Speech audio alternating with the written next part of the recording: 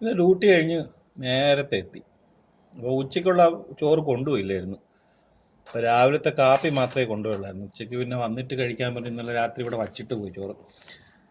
അതിപ്പോൾ കുറച്ച് ചോറുമുണ്ട്, ഇന്നലത്തെ മീൻകറി ഉണ്ട്, പിന്നെ അച്ചാറുകളൊക്കെ ഇരിപ്പുണ്ട്.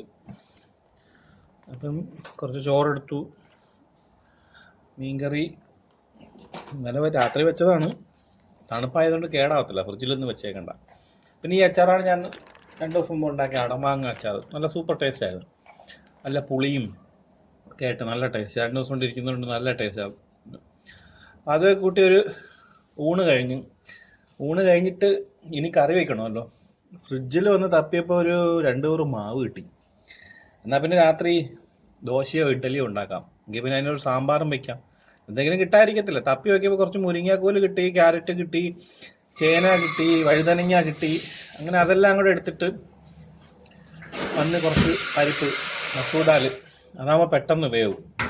അതിനെ കുറച്ച് വെള്ളത്തിൽ ഇട്ടിട്ട് നമുക്ക് ഈ പച്ചക്കറികളെല്ലാം സാമ്പാറിൻ്റെ രീതിക്ക് അനുസരിച്ച് എല്ലാം കട്ട് ചെയ്ത് എടുത്തപ്പോഴത്തേക്ക് സംഭവം നല്ലൊരു സാമ്പാറിന് ഉണ്ടായിരുന്നു.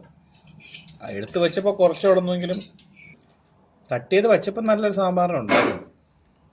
അതിപ്പോൾ എല്ലാം കട്ട് ചെയ്ത് റെഡിയാക്കി എടുത്തു, കഴുകി വൃത്തിയാക്കി എടുത്തു.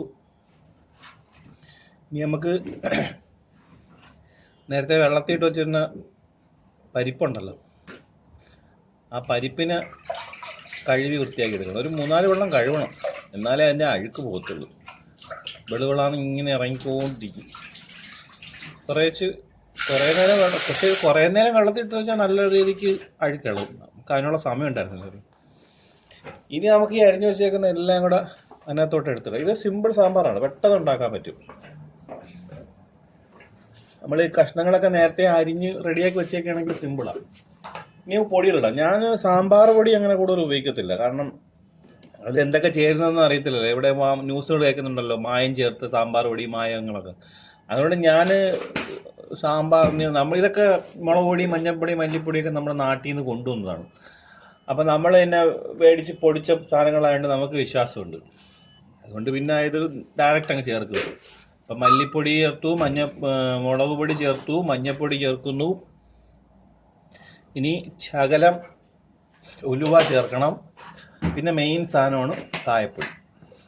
അതൊരിക്കലും മാറ്റാൻ പറ്റാത്ത സാധനം. കായം ഇട്ടില്ലെങ്കിൽ പിന്നെ സാമ്പാറില്ലല്ലോ. ഉപ്പൊക്കെ അവനവൻ്റെ ആവശ്യത്തിനുള്ള ഉപ്പ് ഇട്ടിട്ട് ഇനി നമുക്ക് നമ്മുടെ കായം അത് കുറയ്ക്കരുത്. പൊടിയാണെങ്കിൽ പൊടി, കട്ടയാണെങ്കിൽ കട്ട അതിടാം. എനിക്ക് നല്ല മണം വേണം കായത്തിൽ, എന്നാലേ സാമ്പാർ ഒരു ടേസ്റ്റ് വരുള്ളൂ. കായവും വേണം, പുളിയും വേണം. ഇനി ഒരു ചെറിയ പീസ് പുളി ഞാൻ വെള്ളത്തിട്ട് വെച്ചിട്ടുണ്ടായിരുന്നു അവിടെ. അതിനെ ഒന്ന് പിഴിഞ്ഞ് അതിൻ്റെ വെള്ളവും കൂടെ ഇതിനകത്തോട്ട് ചേർത്ത് ഇതിനെ നന്നായിട്ട് നല്ലോണം ഇളക്കി മിക്സ് ചെയ്യണം. എന്നിട്ടാണ് അടുത്ത പരിപാടി എന്ന് പറയാനൊന്നുമില്ല. ഇനി പ്രത്യേകിച്ച് പരിപാടിയൊന്നുമില്ല. ഇപ്പം പുളി ഇട്ടല്ലോ, പുളി ഇട്ടിട്ട് ആ മസാലയും ഒക്കെ ആ വെജിറ്റബിൾസിൻ്റെ പീസും എല്ലാം ഇട്ട് വെള്ളം കറക്റ്റാണോ എന്ന് നോക്കണേ. ഒരുപാട് വെള്ളമായി വെളിയിൽ ചാടി പോകുന്നത്. ആ നിരപ്പിനുള്ള വെള്ളം വച്ചിട്ട് ഇനി അടപ്പ് അടച്ച് വെയിറ്റും വെച്ച് വയ്ക്കുക. ഒരു 2 വിസിൽ, അതിൽ കൂടുതലൊന്നും വേണ്ട. അതിൽ കൂടുതൽ 2 തന്നെ വേണമെന്നില്ല, 1 വിസിലായാലും മതി, വേവും. 1 വിസിൽ കൂടെ ഉണ്ടെങ്കിൽ കുറച്ചുകൂടെ ഒന്ന് നല്ല കുഴഞ്ഞ് കിട്ടും സാമ്പാർ. എല്ലാ കഷ്ണവും നല്ല വെന്തുടങ്ങി. ഒറ്റ പീസിൽ മതി. 8 വിസിലാകുമ്പോഴത്തേക്കും കുറച്ച് സാമ്പാറിൻ്റെ രീതിക്കാവും. പിന്നെ 1 വിസിലും കൂടെ അടിച്ചു കഴിഞ്ഞാൽ നല്ലോണം വേവും.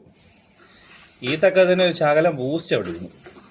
പിന്നെ ചുമ്മാ നിൽക്കല്ലേ, അടുത്ത വിസിലിൻ്റെ വെയിറ്റിങ്ങിന് ചുമ്മാ ഇരിക്കണമെങ്കിൽ അതിൽ നിന്ന് കുറച്ച് ബൂസ്റ്റ് എടുത്തൊന്നും ഇങ്ങനെ വെയിറ്റ് ചെയ്തുകൊണ്ടിരുന്നതുകൊണ്ട് അടുത്ത വിസിൽ പഠിച്ചു. അങ്ങനെ 2 വിസിൽ അടിച്ചപ്പോഴത്തേക്ക് നമ്മുടെ സാമ്പാർ റെഡിയായി. ഇനി തീ ഓഫ് ചെയ്ത് അതവിടെ ഇരിക്കട്ടെ. ഇനി ഒരു പരിപാടികളുണ്ട്. ഇതിൽ കുറച്ച് കടു വറുത്ത് ഇടണം. അതിനി കുറച്ച് കഴിഞ്ഞിട്ട് ഇട്ടാൽ മതി. ഞാനിപ്പോൾ ഇത്ര തന്നെ കിടന്ന് ഉറങ്ങട്ടെ. ഇപ്പം ഒരു 2-3 മണിക്കൂർ ഉറങ്ങാൻ പറ്റും. അപ്പോഴത്തേക്ക് പിന്നെ എണീച്ച് ഇത്തിരി ഇഡ്ഡലിയോ അങ്ങാനും ഉണ്ടാക്കിയാൽ മതി. അപ്പോഴത്തേക്ക് സാമ്പാറിന് കടു വറുത്തിടാം. ഇനി അപ്പം കുറച്ച് നേരം കിടന്ന് ഉറങ്ങട്ടെ. അപ്പോൾ അടുത്ത വീഡിയോ ആയിട്ട് കാണാം. Thank you.